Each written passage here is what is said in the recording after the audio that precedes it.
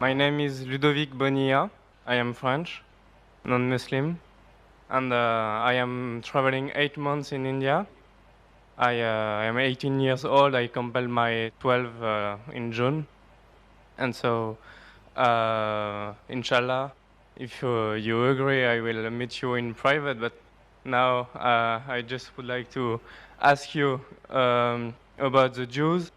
Maybe, if I am not wrong, you said that it is written in the Quran that Jews and pagans are the strong enemies of believers, Muslim believers, Muslim. And I would like to know how this verse can favorize peace in humankind. When we see the troubles between Palestine and Israel, how some Muslim and some Jews cannot misunderstand this verse, because maybe it can provoke some misinterpretation, or if it's literally that Jews and Muslims have to be enemies.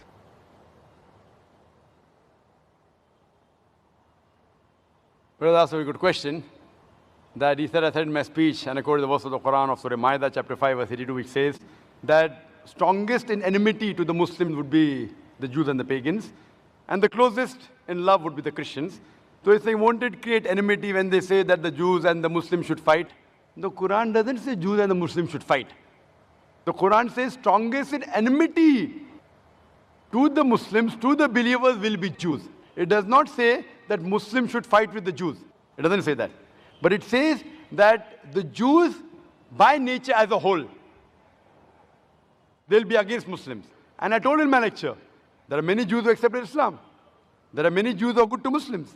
But as a whole, if you take Jews as a whole and the Christians as a whole, the Christians are closer than the Jews as a whole. This is a fact. For example, the Quran says that the Jews are intelligent also. So that's a fact. If they're intelligent, they're intelligent. That doesn't mean that it hides the fact. And the Quran also says that they will be as a whole a staunchest enemy. So this is one of the falsification tests. That today, if you want to prove the Quran wrong, if the Jews get together, all of them, and they decide, let's prove the Quran wrong. At least for 3-4 years, we will be better than the Christians. Let's stop the war of Palestine. You know the Palestinians? The Jews were kicked out by Hitler. Hitler incinerated 6 million Jews. He kicked them out of Germany. The Arabs, the Palestinians, they do ahlan wa sahlan. Come with open arms. After a few years, they are kicked out of the home. Imagine someone gives a traveler his home to live, and the traveler kicks him out of his home, and he's shouting that he has taken my house, and you're calling them terrorists. So what they have to do is, let's get together and solve this problem. Whatever the problem is. Not forever. Few years. 4-5 years only. And the problem is solved. So we aren't telling that the Muslims should fight with the Jews. In fact, the Quran says, even if your enemy wants peace, several places, even if they come to fight you, it's mentioned in Surah Anfal, in the battle, if they want peace, give it to them. So Quran is always for peace. Quran is always encouraging them. But if a person does not want peace to prevail, what can we do? Islam is a religion of peace. It wants peace, but it even mentions facts. That means we have to be careful of the Jews. Not that we have to fight them, unless they come and fight with you. That's a different thing.